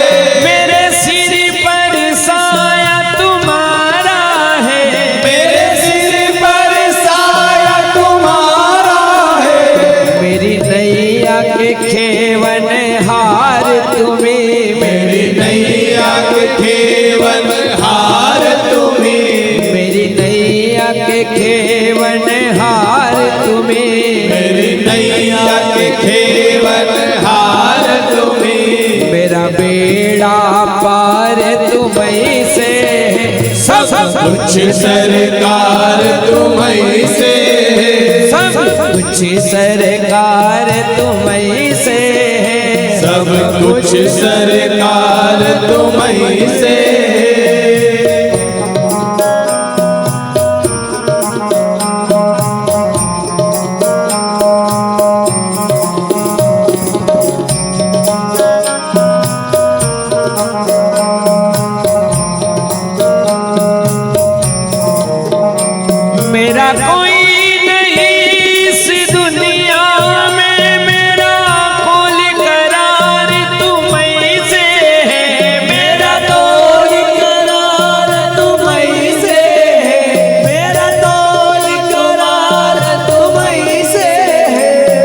कहाँ जाकर सौदा बेचूं, मैं कहाँ जाकर सौदा बेचूं। मेरा सब व्यापार तुम्हीं से, सब कुछ सरकार तुम्हीं से। ये चमक ये दमक फुलवन महके, चमक ये दमक फूलवन में महक, सब कुछ सरकार तुम्हीं से, सब कुछ सरकार तुम्हीं से। ओ पालनहारे निर्गुण ओ न्यारे, ओ पालनहारे निर्गुण और न्यारे, ओ पालनहारे निर्गुण ओ न्यारे। ओ पालनहारे निर्गुण और न्यारे। तुमरे बिन हमरा कौन नहीं, तुम बिन हमरा कौन नहीं। हमरी उलझन सुलझाओ भगवन, हमरी उलझन सुलझाओ भगवन। तुमरे बिन हमरा कौन नहीं, तुमरे बिन हमरा कौन नहीं। ओ पालनहारे निर्गुण ओ न्यारे, ओ पालनहारे निर्गुण और न्यारे। एक बार आप सभी गाओ। तुमरे बिन ओ काना, तुमरे बिन हमरा कोई नहीं। बोले वृंदावन बिहारी लाल की जय।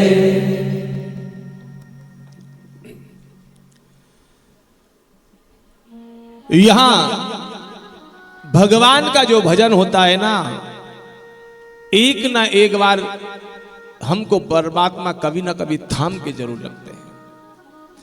तो यहां भरत जी ने जो भजन किया था, गलती से दूसरी बार हिरण जरूर बनना पड़ा, लेकिन हिरण की योनि में भी याद बनी रही कि हिरण की याद में मरा था तो हिरण बनना पड़ा। अब ऐसी कोई गलती नहीं करूंगा। किसी किसी का प्रारंभ बिगड़ जाता है तो अंतिम सुधर जाता है, किसी का अंतिम बिगड़ जाता है लेकिन प्रारंभ तो सुधरा रहता है। तो इसलिए चाहे प्रारंभ बिगड़ जाए लेकिन अंतिम बहुत संभाल कर बचना चाहिए। एक कोई बहन फोटोग्राफर वाले के यहाँ फोटो निकलाने गई दुकान पर, है ना, ऐसे ही जेठ का महीना था, खूब तूफान आंधी हवा चल रही थी। अब घर से मेकअप करके गई, वहां दुकान तक पहुंचने में कुछ आधा किलोमीटर दूर था तो चेहरे के 12 बज गए, हवा में, धूल में, पसीने में। जल्दी फोटो निकाल। फोटोग्राफर ने कहा कि बहन जी अंदर मेकअप है, कांच लगा हुआ है, आप थोड़ा व्यवस्थित हो जाइए, बाल ठीक कर लीजिए, है ना, धूल लगी है चेहरे के ऊपर, कपड़े हवा के कारण सब फैल गए। तो कहा कि तू सिखाएगा मुझे कैसा श्रृंगार करना है? अभी 1 घंटा श्रृंगार में लगा कर आई हूं घर से मैं। ठीक है बहन जी। अब उसने फोटो निकाला तो क्या बना, निकला जा चित्र विचित्र फोटो, बाल कहीं जा रहे हैं, साड़ी का पल्ला कहीं जा रहा है, श्रृंगार कहीं जा रहा है। तुझे फोटो निकालना नहीं आता है, फोटो बिगाड़ दिया। तो कहा कि बहन हमने पहले ही सूचना दी थी कि समझ जाओ, लेकिन आपने व्यवस्थित श्रृंगार नहीं किया, इसमें हमारी गलती नहीं है। तो कि 1 घंटा करके आइए, तो कि तुमने वहां कितने ही घंटे करे हैं उससे मतलब नहीं है, मेरे कैमरे के सामने जैसी रहोगी वैसे ही फोटो निकलेगा। उसी प्रकार हमने जीवन में क्या किया है ये महत्व नहीं है। जिस समय ये प्राण निकले उस समय हमने क्या कर रहे हैं, वो उस समय परमात्मा को और यमराज के दूतों को। इसलिए चाहे प्रारब्ध बिगड़ जाए, जवानी बिगड़ जाए, लेकिन बूढ़ापा नहीं बिगड़ना चाहिए।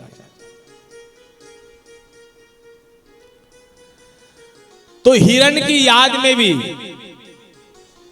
कोई ऐसा कार्य नहीं किया जिससे पाप लगे। वही संत महात्माओं के आश्रम के आसपास में हिरण की योनि में भरत जी घूमते हैं, भजन सुनते हैं, भगवान का कथा सुनते हैं, और धीरे धीरे योनि समाप्त हिरण की हुई।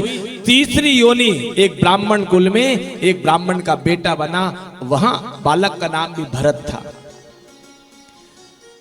लेकिन विचार किया कि बड़ी मुश्किल से संभला हूं, 3 योनि समाप्त करके आया हूं, अब ये ब्राह्मण योनि में मानव बना हूं, ऐसा कोई कर्म ना करूंगा जिससे ये जीवन बिगड़े। क्या किया जाए? एक काम करते हैं, गूंगा बेरा होने का नाटक करो और पागल की तरह रहो। वो बालक धीरे धीरे बड़ा हुआ। घर वालों ने कहा कि ये गेहूं पड़ोस में दे के आ जा। उसने हामी तो भल्ली गर्दन हिलाकर, लेकिन उसने जानवरों के आगे डाल दिया। एक काम अच्छा कर दो ना किसी का, आप सोचो कि झंझट खत्म। किसी का एक काम कर दो महेश्वरी जी, तो क्या होगा कि अब निकेगा आगे से, लेकिन क्या होगा दूसरा काम तैयार है। और पहला ही बिगाड़ दिया तो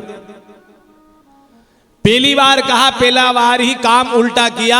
घर वालों ने कहा कि ये तो मूर्ख है, ये जड़ है। नाम था भरत, घर वालों ने जड़ भरत नाम रख दिया। मां बाप चले गए, भाभियों ने जबरदस्ती खेत में खटिया डलवा दी। वहां के राज्य का एक डाकू था क्षेत्र का, उसने मन्नत मांगी कि मेरे घर में जब कोई संतान होगी तो मैं नर बलि दूंगा। संयोग से संतान हो गई। सरदार के आदेश के अनुसार सिपाही लोग नर को ढूंढते थे, कोई मनुष्य को, और कोई तो मिले नहीं। जंगल में खटिया के ऊपर खेत में सोए थे भैया जड़ भरत जी, उन्हीं को उठाकर ले गए। सुंदर स्नान करवाया, भोजन करवाया। भोजन करवाने के बाद में फूलों की माला पहनाई, लेकिन कोई फर्क नहीं है कि क्या काम चल रहा है मेरे साथ। वो सरदार आया, नागन तलवार हाथ में लेकर सामने खड़ा कर दिया। विचार किया कि इसको मरने का भय नहीं है, इसकी अंतिम इच्छा पूछूं। तो पूछा कि भैया तू मरने वाला है, कुछ अंतिम इच्छा है? तो कहा कि और कुछ तो नहीं। इशारे से कहा कि मां को प्रणाम कर लो, जगदम्बा को। हाथ खुलवाया जड़ भरत जी का कि इसको प्रणाम करने दो। जैसे ही गर्भगृह में जाकर दंडवत प्रणाम करके मन में भाव प्रकट किया जड़ भरत जी ने, कहा कि मैया इस शरीर से मानव तो बना दिया है परमात्मा ने, लेकिन ये शरीर माँ बाप के काम नहीं आया, घर वाले भौजाई किसी के काम में नहीं आया, इस डाकू सरदार के काम आ रहा है। तो मैया मेरा जो सिर है ना, ये फूल के समान आप अपने चरणों में प्राप्त कर लेना। इतना भाव आया उसी समय पाषाण से मां जगदम्बा प्रकट हो गई और देखते देखते सबके सिर काट दिए। छोटा सा मां का भजन है। इथु तो काली रे कल्याणी रे जड़ जो ऊंचो जोग माया। 4-5 खड़े हो जाओ, जल्दी करो।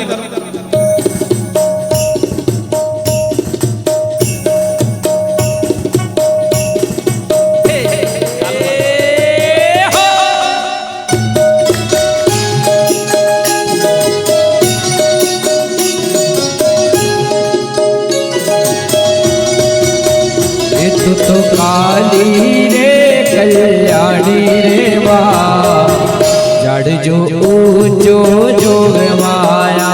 तू तो काली रे कल्याणी रे जड़ जो ऊंचा जोग माया। तू तो भक्तों के दुखी हरनी हो मां, भक्तों के दुख हरनी हो मां। तू तो भक्तों हरनी हो मां, भक्तों के दुख हरनी हो मां।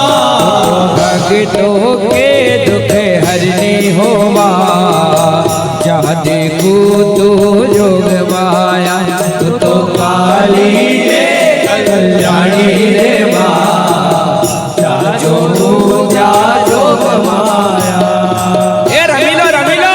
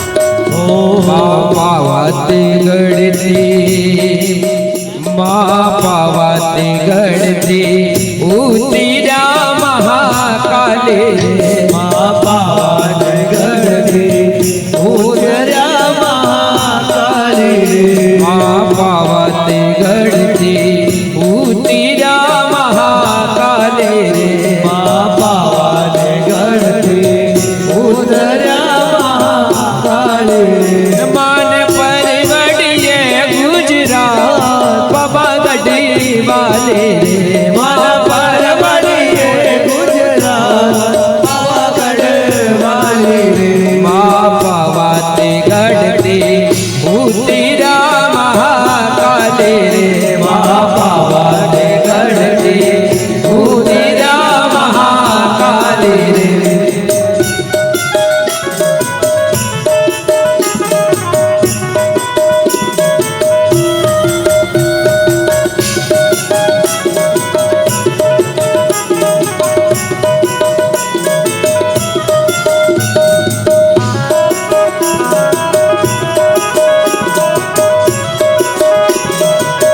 हो जीनी जीनी जीनी मार जालरी हो रणचंडी मिठा मिठा सुर मान काले संभला जीनी जीनी जीनी मार जालरी हो रणचंडी मिठा मिठा सुर मान काले संभला जन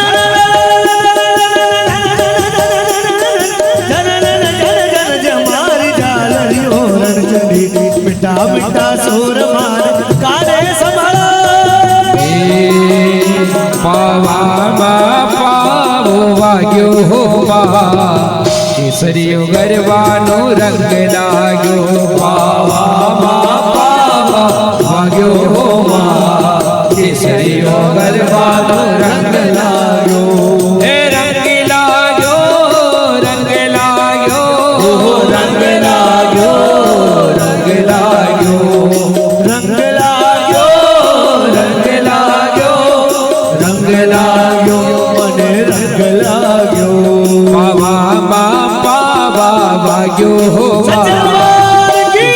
गरबानो रंग लाग्यो बाबा लाग्यो केसरिया गरबा रंग लाग्यो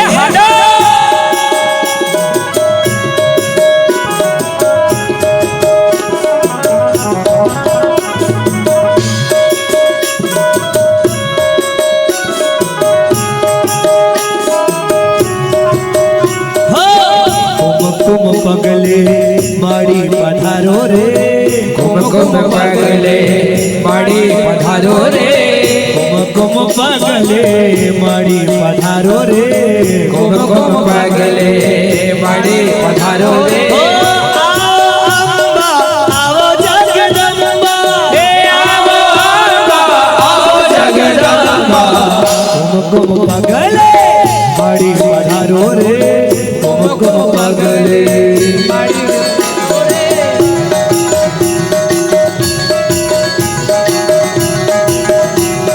पहुँचन वाले डेरा पछे कुकड़ा कूक बोले पहुँचन वाले डेरा पछे कुकड़ा कूक बोले पहुँचन वाले डेरा पछे कुकड़ा कूक बोले पहुँचन वाला डेरा पछे कुकड़ा कूक बोले ए कुकड़ा थरे कुकड़ा थरे बोली मने मीठे मीठे लागे कुकड़ा थरे बोले मने मीठे मीठे लागे कुकड़ा थरे बोले मने मीठे मीठे लागे कुकड़ा थरे बोले मने मीठे मीठे लागे ए गन घोर गए चहु और मरुमा ए मोर बनी तन गट करे मन मोर बनी तन गट करे मन मोर बनी तन गट करे मारू मने मोर बनी तन गट करे मोर बनी तन गट करे मोर बनी तन गट करे मोर बनी तन गट करे मोर बनी तन एक गन घोर गए चहु और मरुमा हो मोर बनी तन गट करे मन मोर बनी तन गट करे मोर बनी तन गट करे मारू मने मोर बनी तन गट करे मोर बनी तन गट करे मोर बनी तन गट करे मोर बनी तन गट करे मोर बनी रिद्धि रस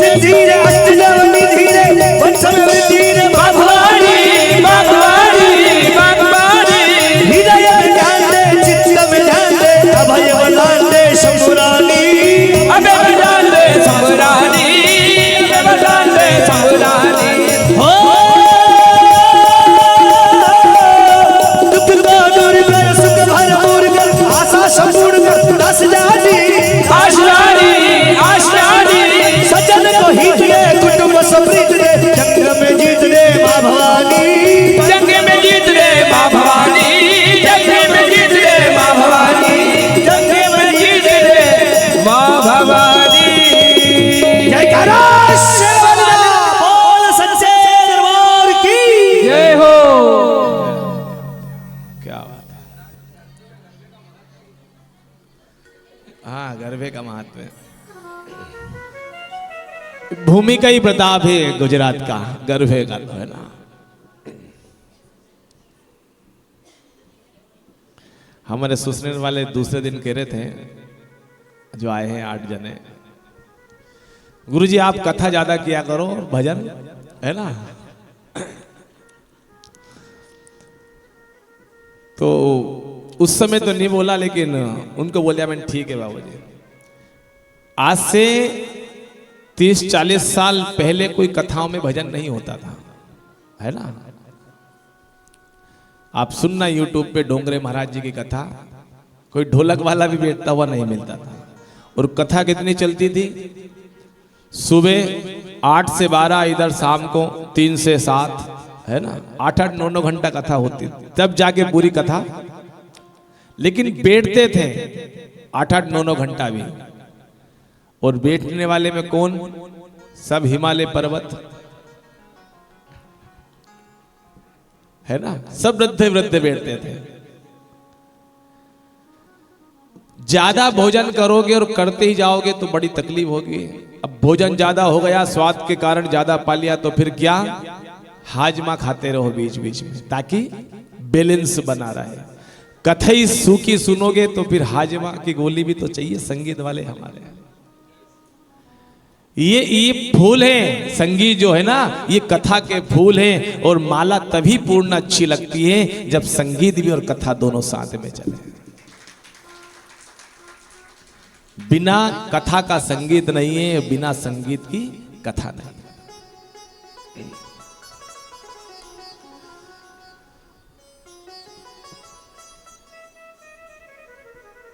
तो यहां मां काली का प्रकट हुई, सारे डाकुओं का संहार करके भक्ति का आशीर्वाद दिया। आगे निकले राजा रहुगण को की पालकी उठाई है, कथा आती है। लेकिन राजा रहुगण तलवार से मारने लगा तो सुंदर भवाटवी का वर्णन सुनाया और राजा रहुगण को वैराग्य प्राप्त करवाया। जय हो बेटा, जय हो। ताली बजाओ, उसने बजाई है। ये निमिषारण्य के बाद से ज्यादा मस्ती के पहले से ही करता था। हाँ, कन्हैया बन गया नहीं जब से। आज कौन का बेटा बनेगा? आपका। तू ही बनेगा। हाँ, तू तो बन के आया बेटा आज राम जी। भूपेंद्र को बड़ी घुर्रा के देख रहे हो, भूपेंद्र मना मत कर दीजिए। हाँ, छोटा भूपेंद्र है भैया। होगी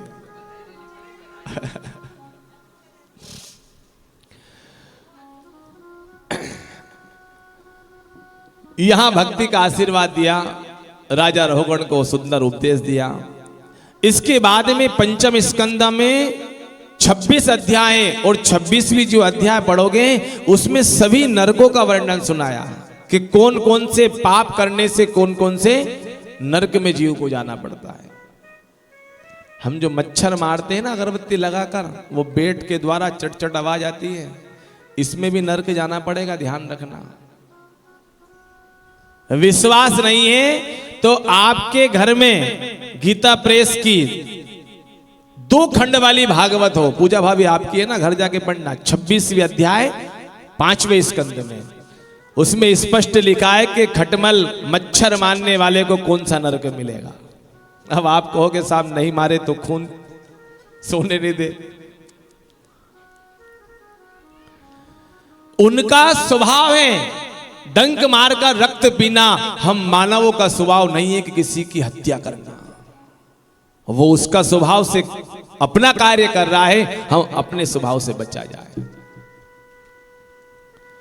तो यहां परीक्षित महाराज काम के कहा कि गुरुदेव आपने तो छोटे छोटे पाप से भी जीव को नरक जाने का रास्ता बतला दिया है, तो हर व्यक्ति ही नरक जाएगा, स्वर्ग और वैकुंठ कोई जाएगा कि नहीं जाएगा? तो कहा कि पाप यदि करता है तो व्यक्ति को भुगतान भुगतने के लिए नरक तो जाना पड़ेगा, लेकिन राजन पाप धोने की व्यवस्था भी मैं बता देता हूं। यदि गलती से पाप हो जाए क्या है गुरुदेव? तो कि भगवान का नाम। नाम एक ऐसी व्यवस्था है जो जीव के पापों से मुक्त होकर और जीव भगवान धाम तक जा सकता है, दूसरा कोई कारण नहीं है भगवान नाम का। तो कहा कोई ऐसी कथा है नाम की, कोई कथा है? और यदि कोई नाम ना जपे तो कहा यदि कोई नाम ना जपे ना राजन तो अपने घर में रोज 5 यज्ञ भी कर सकती माता बहनें। कितने यज्ञ? 5 यज्ञ। अब कौन कौन से ध्यान देना। पहला यज्ञ, पहली रोटी बनाए ना वो अग्नि को जिमाना। अब आप कहोगे कि पहले चूल्हा था इसलिए भोग लग जाता था, अब तो गैस चूल्हा है तो गैस चूल्हे के सामने ही 2 रोटी में घी, शक्कर, थोड़ा सा दूध रखकर और ऐसे ही आप जल घुमा दो, वही अग्नि को भोग लग गया और वही रोटी पहली गाय की। दूसरा यज्ञ, कहीं वृक्षों के पास में चींटियां रहे, वहां सूखा आटा डाल दें तो चींटियों का भंडारा, ये दूसरा यज्ञ हो गया। कहीं सरोवर में, नदी में जाना हो तो आटा लगाकर ले जाए, छोटी छोटी गोलियां बनाकर मछलियों को खिलाए, ये तीसरा यज्ञ हो गया। और चौथा यज्ञ, पक्षियों को दाना देना, है ना। और 5वां और सबसे श्रेष्ठ यज्ञ बताया, कहा कि परीक्षित अतिथि सत्कार करने का। सबसे बड़ी कोई पूजन है ना परमात्मा की, वो अतिथि सत्कार की है। आज हमारे घर में जितने भी माता बहनें बैठी है ना, सबको पढ़ा कि भैया कौन कौन से दिन कौन कौन सी ड्रेस पहनना है, तो सबने अपने अपने घर से तैयारी करके आई है। चूड़ी भी वही है ना, हर चीज मैचिंग की। और घर में जाके देखो तो अलमारी की अलमारी भरी है। तो ये साड़ी और चूड़ी और बिंदिया की मैचिंग से घर की प्रॉब्लम खत्म नहीं होगी। यदि घर की प्रॉब्लम खत्म करना है तो घर में जो अतिथि आया है ना, उस समय उस माता बहनों का सिर नहीं दुखना चाहिए। ये कटु शब्द हैं, आप माताओं से कह रहा हूं। यदि मायके से कोई रात की 12 बजे पिता या बेटा भी आ गया है ना, यदि रोटी रखी है, वो बाप मना करेगा बेटा मत परेशान हो, जो रखी वही खा लूंगा, लेकिन गरम गरम बनाती है। और ससुराल से कोई पक्ष का आ गया, रोटी बना रही हो आप, शाम के समय भोजन पक रहा है, उस समय भी कोई एक एक्स्ट्रा आ गया ना ससुराल पक्ष का, तो आप 10 जगह ताने मारोगी पति को। इसलिए घर में मैचिंग से शांति नहीं आएगी। यदि शांति आना है ना, अतिथि सत्कार की शांति। एक सुंदर कथा आती है अतिथि सत्कार की, है ना। सत्यनारायण भगवान की कथा में ही है वो कथा। 5वें अध्याय में मोरध्वज राजा ने अपने बेटे को आरे से चीरा, उसकी कथा है ना। बहुत सुंदर कथा लगती, ध्यान से सुनना इसको थोड़ी सी। राजा मोरध्वज था। दोनों राजा रानी ने व्रत पाला कि जब तक घर में अतिथि को भोजन नहीं पवाएंगे तब तक हम दोनों भोजन नहीं करेंगे। अब कहते हैं कि उसका अतिथि सत्कार इतना प्रताप हुआ, इतनी बड़ाई होने लगी कि तीनों लोग 14 भुवन में उस राजा की बड़ाई होने लगी। स्वर्ग में उस राजा की बड़ाई, बैकुंठ में, पूरी पृथ्वी में, महात्माओं के आश्रम में, सब जगह उसी की। तो इंद्र को जलन होने लगी। इंद्र ने कहा प्रभु नारायण से, कहा कि आपने स्वर्ग का राजा हमें बना दिया है, लेकिन वो छोटा सा राजा पृथ्वी का मोरध्वज, उसकी इतनी बड़ाई हो रही है। तो कहा कि भैया उन दोनों राजा रानी ने व्रत धारण किया है और अपने व्रत के प्रताप के फल के कारण ही उस राजा की इतनी महानता बिक रही है। तो कहा कि नहीं नहीं प्रभु, आप उसके भंग करो, आप उसका व्रत कैसे भी करके करो। खूब समझाया, नहीं समझे इंद्र। तो कहा ठीक चल भैया। इंद्र बन गया शेर, सिंह, और महात्मा का रूप धारण कर लिया भगवान नारायण ने। दोनों पहुंचे। आज भगवान ने परीक्षा लेने के लिए पिछले 3 दिन से कोई अतिथि उसके दरबार में नहीं आया, तो 3 दिन से राजा रानी दोनों भूखे हैं। चौथा दिन दोपहर में मंत्रियों ने खबर की, कहा कि राजन हमारे दरबार के पास में एक महात्मा आए हैं अतिथि के रूप में। तो कहा कि शीघ्र लाओ। तो कहा अकेले नहीं, वो शेर की सवारी करके आ रहे हैं। विचार किया कि पहली बार कोई इंसान को देखा है जो शेर को लेकर आ रहा है। बड़ी उत्सुकता से बुलाया राजा को की गादी पर, महात्मा जी को बिठाया, कहा कि बाबा कहां से आ रहे हैं? तो कि हिमालय से आ रहा हूं, बहुत तपस्या की, लेकिन जैसे ही तप से उठा तेरी बड़ाई सुनी कि तुझसे बड़ा कोई अति सत्कार करने वाला नहीं है, तो तेरे दर्शन करने आया हूं। महात्मा जी बहुत सही समय पे आए, आज 4 दिन हो गए हैं, हमने कुछ खाया पिया नहीं है, आप पहले भोजन कीजिए, उसके बाद में हम लोग करेंगे। तो कहा कि राजन, मालिक का फर्ज होता है कि उसके जो साथ में सेवक है ना, पहले उसका पेट भरे, फिर मालिक अपना पेट भरे, ये कर्तव्य होता है। आपका सेवक कौन है महात्मा जी? ये शेर है ना, ये मेरा सेवक है। 12 वर्ष तक मैंने तप किया है, तो 12 वर्ष तक मुझे अन्य जीव जंतु से बचाया है, इसने मेरी कवच के रूप में सुरक्षा की है। पहले शेर भोजन करेगा, उसके बाद में मैं करूंगा। तो कहा कि ठीक, अभी व्यवस्था कर देते हैं।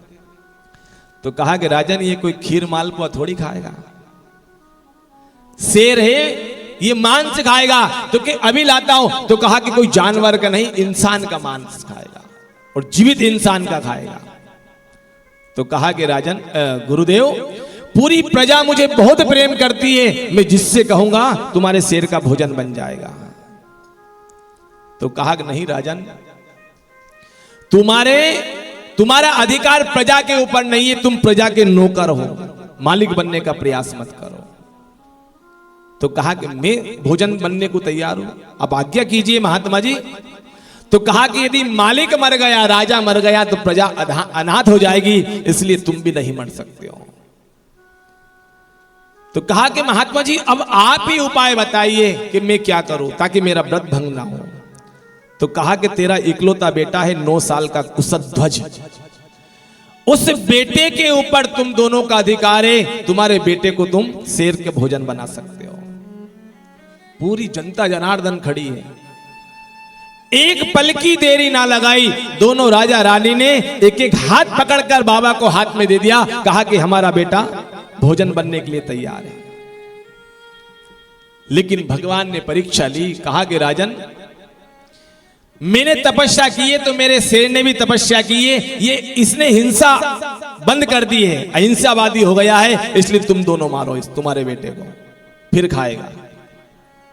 गला दबाने लग गए दोनों, और कठिन परीक्षा ली, कहा कि राजन रुको, मारना मत। फिर तो कहा कि तुम्हें नहीं मालूम है, मानव का उल्टा अंग जो होता है वो अपवित्र होता है, इसलिए मेरा शेर उल्टा अंग नहीं खाएगा। एक काम करो, आरे की मशीन बुलाकर इसका 2 भाग करो, बेटे का सीधा भाग ही मेरा बेटा शेर खाएगा।